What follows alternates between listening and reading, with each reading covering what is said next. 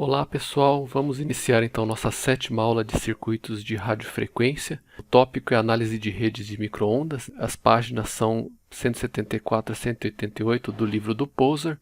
Na aula de hoje nós vamos dar continuidade ao tratamento das matrizes de impedância, que a gente começou na aula passada, falando de redes de duas portas. Agora nós vamos generalizar para redes de N portas e a gente vai introduzir também um conceito que é bastante importante, que é o de matrizes de espalhamento na aula de hoje. Então, como nós vimos na aula passada, as tensões e correntes reais ou equivalentes podem ser relacionadas usando matrizes de impedância ou admitância. O que você está querendo dizer aqui com reais ou equivalentes? Se você tiver, por exemplo, uma linha de transmissão, aí a gente está falando de tensão e corrente real. Mas a gente viu ali que se você está utilizando guias de onda, você precisa definir amplitudes de tensão e corrente equivalentes. Tá? Nós vimos isso na aula passada. Tá? Mas a gente não está tratando aqui só, a gente precisa ressaltar, de linhas de transmissão e guias de onda. Tá? Linhas de transmissão e guias de onda, logicamente, são utilizadas para conectar outros dispositivos, ou para você, vamos colocar assim, transportar, guiar um sinal de tensão entre um dispositivo e outro, mas são os dispositivos em si que vão fazer as funções dentro de uma rede de dispositivos de microondas. Então você pode ter que amplificar um sinal, misturar sinais, etc., filtrar sinais. As linhas de transmissão vão servir para conectar esses dispositivos e daí você vai ter tensões e correntes nas entradas dos dispositivos em si. Então imagina que uma linha de transmissão está chegando na entrada de um dispositivo, você vai ter uma onda de tensão e de corrente saindo da linha de transmissão e entrando no dispositivo. Então esse dispositivo também pode ser modelado através de matrizes de impedância ou admitância e também matrizes de espalhamento e matrizes de transferência que a gente vai ver posteriormente. Então essas tensões e correntes na entrada de dispositivos não são tensões e correntes somente na entrada de linha de transmissão e guia de onda. Na entrada de qualquer dispositivo, aí a gente pode citar filtro, amplificador, oscilador, misturador, acoplador, isolador, circulador. A gente vai de uma forma mais aprofundada ou menos aprofundada ver todos esses caras aí durante o curso. Mas essas tensões e correntes, então, são na entrada de qualquer um desses dispositivos. Você poderia representar qualquer um deles por uma matriz desse tipo ou desse tipo. Então, agora, nessa aula, nós vamos considerar de forma mais geral um circuito de microondas composto de N portas. Tá? Normalmente, a boa parte dos dispositivos vão ter duas portas, mas, por exemplo, se você pegar um isolador, ele vai ter 3 portas. Existem outros dispositivos que vão ter ainda mais portas. Então, a gente, de forma geral, vai fazer essas definições aqui, generalizar para N portas nessa aula, para o caso das matrizes de impedância e admitância. Então, como está dito aqui, portas podem ser entradas ou saídas de guias de onda. A gente comentou, uma por cada modo. Você vai considerar a porta se o guia de onda suportar mais de um modo, que normalmente não é o caso. Normalmente, como eu mencionei, os guias de onda e linhas de transmissão são projetados para serem monomodo, tá? Só suportarem o modo fundamental, que é o modo transversal eletromagnético em linhas de transmissão, e normalmente um modo TE, o TE10 em um guia de onda. Tá? E outros dispositivos. Então, as portas, porta de entrada e saída de um amplificador. Se você tiver um amplificador emissor comum, tensão entre a base e o emissor, poderia ser a base e o emissor ser os dois terminais de entrada e o coletor e o emissor, os dois terminais de saída. Então, coisas desse gênero aí. Tá? Sempre você vai ter duas portas. Então, cada porta pode ter ondas de tensão ou corrente entrando. Então a gente sempre vai denotar aqui, assim como a gente fez em linhas de transmissão, utilizar o sinal de mais aqui, no superescrito da tensão ou da corrente para denotar ondas de tensão entrando ou se propagando no sentido positivo ou saindo, V menos e I menos. Então utilizar aqui o superescrito com o sinal de menos, quando a gente escrever a tensão à corrente, para denotar a tensão ou corrente saindo de uma dada porta. tá? Ou se propagando no sentido negativo. Então, coerente com o que a gente já estava vendo. Quando a gente colocar uma ilustração aqui, isso vai ficar mais evidente ainda. Né, como a gente está falando, as portas podem ser ou são descritas por dois terminais sempre, né? A gente pode pensar aqui o que a gente já comentou, de que um guia de onda, né, você pegar um guia retangular, como é que você define dois terminais aqui, né? A gente viu na aula passada como você definir tensões e correntes equivalentes para você considerar, né, como se esse cara tivesse dois terminais, embora seja só um condutor aqui e um meio de elétrico dentro, tá? Então sempre dois terminais. E aí, quando a gente for considerar qualquer um desses elementos de rede ou desses dispositivos, né, a gente vai considerar então esses dois terminais, a gente vai abstrair, né, o dispositivo e representar ele dessa forma aqui, por exemplo, né, ou dessa forma aqui. Então, os dois terminais aqui estão representados aqui, né? Então, de novo, né, poderia ser, esses terminais aqui poderiam ser o condutor externo do cabo coaxial e o condutor central, ou de qualquer linha de transmissão, né, o par de terminais aí de condutores, tá? Ou num dispositivo, no amplificador também, o par de terminais aí de entrada ou de saída, enfim, para qualquer um, né? No circulador também, sempre você vai ter essa situação. E daí, quando você estiver trabalhando com tensão e corrente total, então aqui nesse caso isso aqui seria a porta 1, esse par de terminais, da porta 1, você tem a tensão total na porta 1 e a corrente total entrando na porta 1. Tá? Por outro lado, como a gente acabou de falar, você vai ter esse comportamento ondulatório, especialmente para frequências mais altas, então na verdade você vai ter ondas de tensão e ondas de corrente incidindo na porta e deixando a porta. Sempre, agora vamos focar nessa figura aqui desse lado, né? Sempre que você tiver ondas de tensão entrando na porta, as amplitudes dessa onda de tensão vão ser representadas dessa forma aqui, né? Com sinal de mais, e de corrente dessa forma aqui, incidindo na porta, né? Ou seja, esse cara aqui, e saindo da porta você vai ter, né, isso aqui para a amplitude da onda de tensão deixando a porta. Se você pensar, né, para o eixo Z apontando na direção que está entrando no dispositivo aqui, né, no elemento de rede, a onda de tensão positiva está se propagando no sentido positivo de Z e negativa no sentido negativo de Z. Está coerente com o que a gente já estava tratando.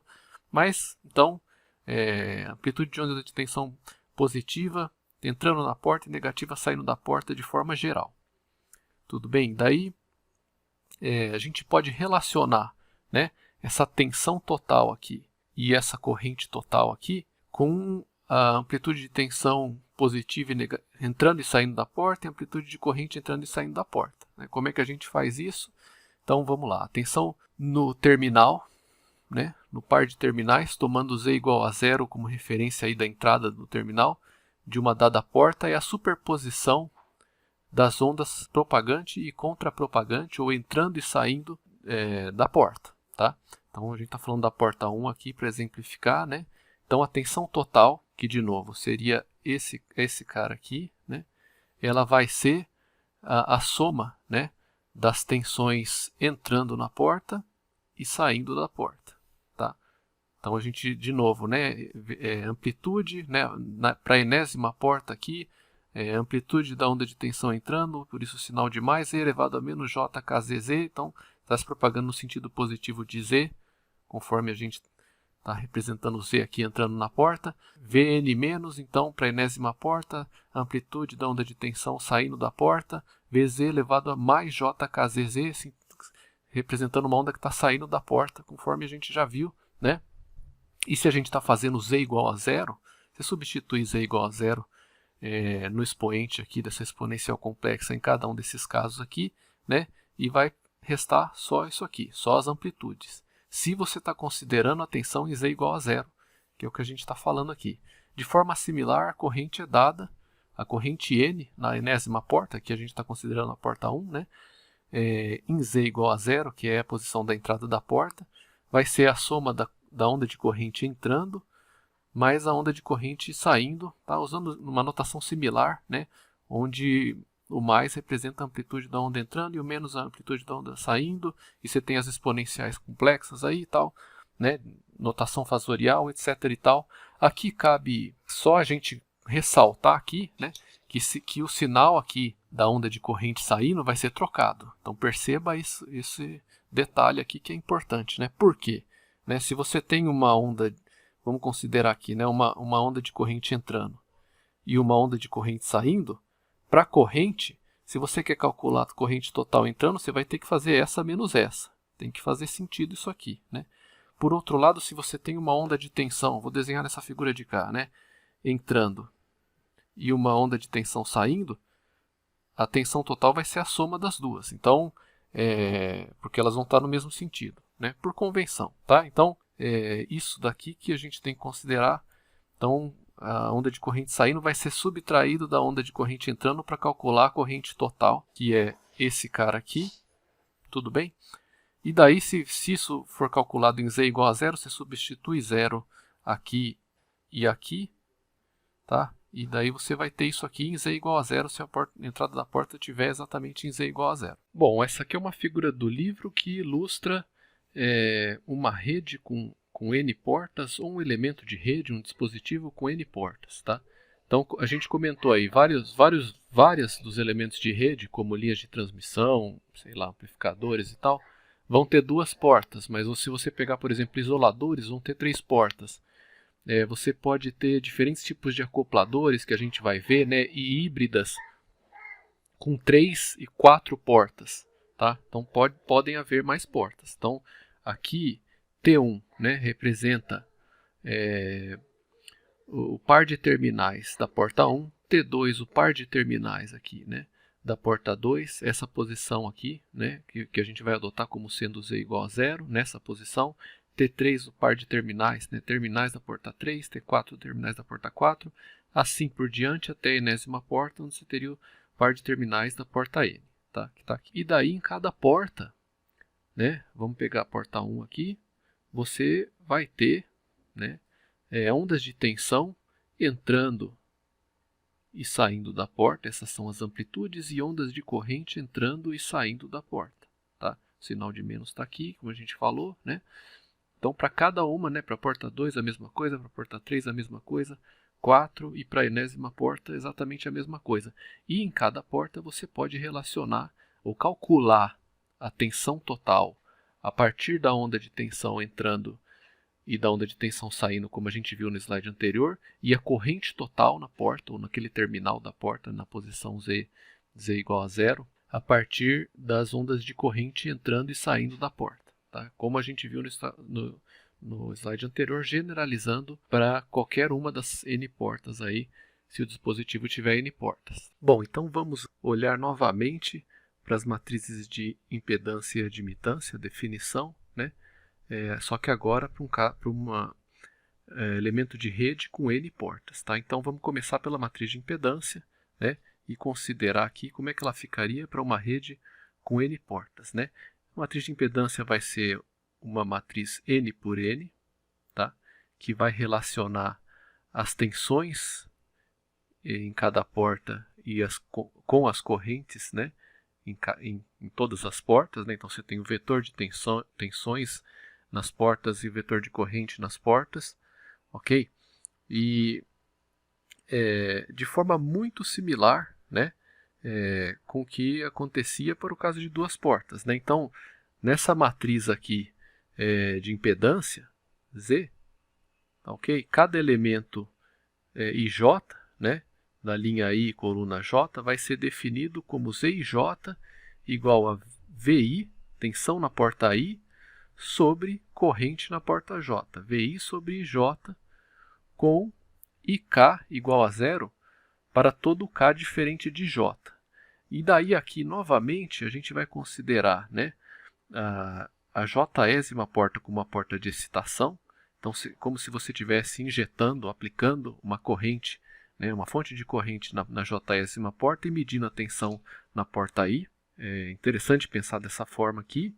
E daí, para isso, né, a corrente que está sendo injetada em todas as outras portas, que não a porta J, se essa é a porta de excitação, todas as outras correntes têm que ser nulas. Então, como se você estivesse só excitando a porta J e medindo a tensão na porta I, mas não está mais injetando corrente em nenhuma das outras portas a não ser a J.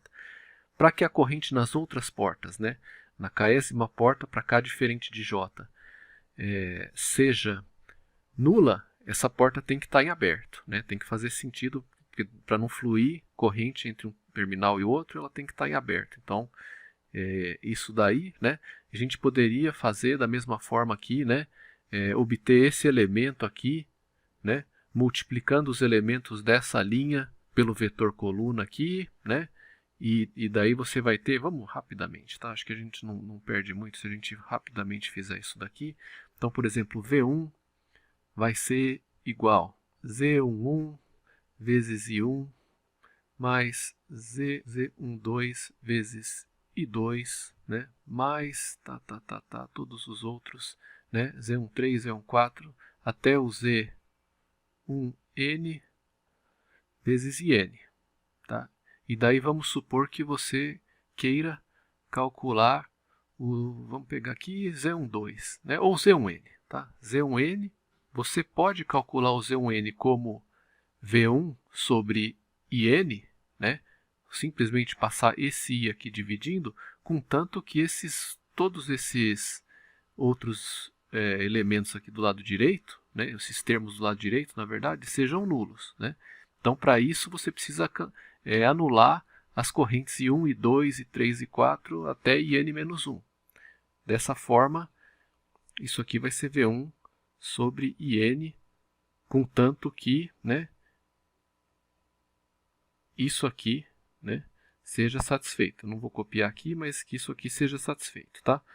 Então, por essa razão, né, matematicamente, que você tem que anular as correntes nas outras portas. Mas se você pensar, né, que você está excitando a porta J e você quer medir a resposta na porta I, somente a excitação na porta J, né, faz sentido que as correntes excitando todas as outras portas que não a J deveriam ser nulas. Tá? Então essas outras portas deveriam estar em aberto. Vamos dar uma olhada para a matriz de admitância, tá? Completamente análogo aqui, uma rede de N portas. A matriz também vai ser uma matriz N por N, tá? Relacionando as correntes totais nas portas com as tensões totais nas portas. Cabe mencionar que, né, I1 é a corrente total na porta 1 e V1 é a corrente total na mesma porta. Né? Isso aqui não está expresso em termos de onda, ou amplitude de onda de tensão e amplitude de onda de corrente entrando e saindo. A tensão total vai ser a tensão total. Então você vai somar tudo que é tensão que está entrando com tudo que é tensão que está saindo para calcular esse cara aqui, por exemplo. Né? Então é a tensão total e a corrente total. Tensão total é a soma de tensão entrando e tensão saindo. Corrente total é corrente entrando menos corrente saindo. Né, para contabilizar esses caras aqui. Então, tensão total e corrente total é o que entra aqui. Né? E daí, de novo, né, o elemento da linha I da coluna J vai ser a corrente na porta I dividido pela tensão na porta J, que seria a porta de excitação nesse raciocínio aqui. Então, como se você estivesse conectando uma fonte de tensão na porta J e medindo a corrente na porta I. Né? Mas, para isso, as tensões aplicadas em todas as outras portas, ou na késima porta, qualquer késima porta para K diferente de J, né, qualquer outra porta que não seja a porta J, a tensão nela deveria ser zero. Então essas portas, na verdade, os terminais dela deveriam estar no mesmo potencial, porque não tem nenhuma diferença de potencial entre os terminais.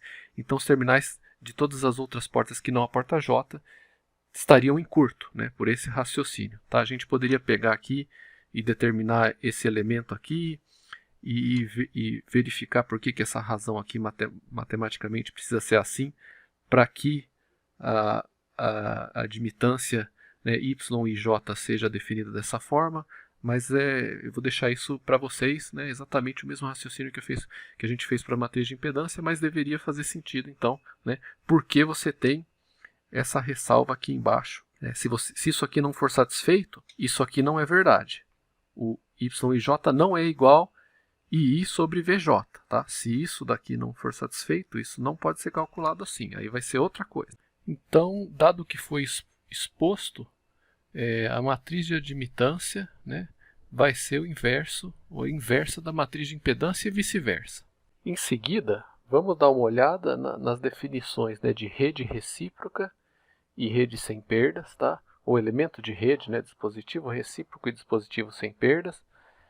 De novo, né, você pode considerar um dispositivo isolado ou um conjunto de dispositivos, uma rede inteira, tá? Você sempre pode chamar de rede, né, mas então uma rede recíproca é uma rede onde a transmissão de um sinal entre quaisquer duas portas, né, não depende do sentido de propagação. Tá? Saída e entrada são intercambiáveis. Tá? Então, redes recíprocas não contêm dispositivos ativos, né, ou anisotrópicos, que a gente vai ver, como, por exemplo, circuladores e isoladores, então, como ferrites ou plasmas, né, ferrites que são usadas na fabricação de isoladores e circuladores, né, você tem dispositivos que utilizam plasma também são não recíprocos, então elas não contêm nem dispositivos ativos, tipo amplificadores, osciladores, misturadores, multiplicadores, que a gente vai ver na parte final da matéria, nem dispositivos anisotrópicos. Tá? Então, agora vamos voltar aqui para essa definição, né? Se uma rede é recíproca quando a transmissão entre duas portas quaisquer, né, não depende do sentido de propagação. O que significa isso aqui, né? Talvez seja interessante a gente voltar para a ilustração da rede. Se você aplicar uma tensão na porta 1 aqui e medir a corrente da porta 3, né, e calcular a matriz o elemento correspondente da matriz de admitância, né, que seria I sobre V, e 3 sobre V1, nesse caso aqui, né? E 3 sobre V1. Para uma rede recíproca, você vai obter o mesmo resultado que você obteria se você aplicasse uma tensão na porta 3 e medisse a corrente na porta 1. Então, dito de outra forma, né? Se você falar em termos de então, nesse caso, a rede vai ser recíproca. Se você incidir uma onda de tensão na porta 1, para qualquer, eu estou pegando a 1 e a 3, mas seriam qualquer par de portas aqui, né? Incidir na porta 1 uma onda de tensão e medir a onda de tensão saindo da porta 3, né? Se você entrar com uma onda de tensão na porta 1, parte da tensão pode ir para a porta 2, parte pode ir para a porta 3 e assim por diante, né? Ou talvez alguma porta não saia nenhuma tensão, mas hipoteticamente isso pode acontecer. Então eu estou incidindo uma onda de tensão na porta 1 e medindo o que sai da porta 3, esse resultado vai ser igual o que eu vou ter quando eu, deixa eu apagar isso aqui, quando eu incidir uma onda de tensão na porta 3 com a mesma amplitude, eu vou medir a mesma amplitude saindo da porta 1. Tá? Então, no primeiro caso, eu entrei com uma determinada amplitude, né, de tensão na porta 1, V1+, aqui com determinado valor, e medir uma amplitude de tensão saindo da porta 3. Se eu agora pegar essa mesma tensão que eu incidi na porta 1, tá, e incidir ela na porta 3, eu vou medir na porta 1 saindo, né, a mesma tensão que saiu da porta 3 no primeiro caso. Tá? Isso significa ela ser recíproca. Tá? Então, em termos de onda de tensão incidente saindo, né, e anteriormente eu tinha falado em termos de tensão e corrente totais, aí, tá?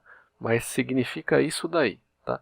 Daí, por consequência, né, as matrizes de impedância e admitância apresentam simetria. Pelo primeiro argumento que eu falei, ou pela primeira definição, né, se eu aplicar uma tensão na porta 1 e medir uma corrente na porta 3, eu vou ter o mesmo resultado que se eu aplicar a mesma tensão na porta 3 e medir a corrente na porta 1. A corrente que eu vou medir na porta 1 vai ser a mesma que eu medi na outra situação na porta 3 e tal. Se você pensar na definição de Z e J, né, o Z e J vai ser igual a ZJI, portanto, a matriz de impedância, né, Z21 vai ser igual a Z12, Zn1 vai ser igual a Z1n, e assim por diante, né, para uma rede com N portas, né, E para uma rede recíproca você vai ter isso. A matriz vai ser simétrica, né? A mesma coisa para a matriz de admitância. Tá? Isso deveria... Pense um pouco sobre isso, se não fez sentido, né? Por que Z e J vai ser igual a ZJI, mas é exatamente o que eu falei, né? Dito em outras palavras, quando eu falei, se você aplica uma tensão na porta 1 e mede a corrente na porta 3, você obtém o mesmo resultado que se você aplicar a mesma tensão original, só que agora na porta 3 e medir a corrente na porta 1. Isso implica que, por exemplo, né, Y e J vai ser igual a Y a JI, ou implica que Y13 vai ser igual a Y31. Tá? Isso que eu acabei de falar ali quando eu estava comentando a figura. Então, consequentemente, em redes recíprocas, as matrizes de impedância e admitância são iguais às respectivas transpostas. Né? Se Z e J é igual a ZJI, a matriz é simétrica. Se você transpor a matriz, ela vai ser ela mesma. Então, Z é igual a Z transposta e Y, matriz de admitâncias, é igual a Y transposta. Tá? O outro conceito, né, além, a gente acabou de falar, né, redes recíprocas e como ficam as suas matrizes de impedância, no caso, o outro conceito é o de rede sem perdas. Então, numa rede sem perdas, a potência real entregue à rede, é nula. Ou seja, né, se você entra com uma potência total pelas N portas da rede, né, somar a potência que está entrando em todas as portas, essa potência que está entrando vai necessariamente sair dessas mesmas portas. Né? Se você pensar em termos de onda de tensão, você vai ter N ondas de tensão entrando nas N portas. Poderia ter. Né? E daí essas ondas de tensão vão sair de algum lugar, elas vão sair das mesmas N portas. Então você vai ter V mais para todas as portas, mas você também vai ter V menos para todas as portas. Se você somar a tensão entrando, né, em todas as portas, ela vai ter que ser igual à tensão saindo dessas mesmas portas, né? Perdão, a tensão não, a potência, tá? A tensão não vai ser conservada. Então, ou seja, a potência que vai ser dissipada internamente na rede, que vai ser entregue para a rede, vai ficar na rede, é zero. Tá? Isso que está se querendo dizer aqui. É o que entra, sai, em termos de potência. Nada fica ali dentro, ou nada é entregue para a rede. Então, os elementos das matrizes de impedância e admitância de uma rede recíproca e sem perdas são puramente imaginárias. Tá? Então, tem que ser recíproca e sem perdas, né, para que isso seja satisfeito, mas daí, nesse caso, se ela for ser recíproca e além disso ela for sem perdas, aí todos os elementos, né, vamos pensar na impedância. Né? A gente sabe que capacitor e indutor armazenam energia. Né? Por outro lado, resistores dissipam energia, transformam a potência aí que você, né, a corrente está fluindo pelo resistor tal, vai fazer com que o resistor se aqueça, então pelo efeito Joule aí você vai ter potência dissipada. Né? Então não é de se espantar que numa rede recíproca e sem perdas, né, você só tenha elementos indutivos ou capacitivos. Não que precise necessariamente ser indutores ou capacitores, tá? Mas elementos que tenham impedâncias indutivas ou capacitivas ou imaginárias, né?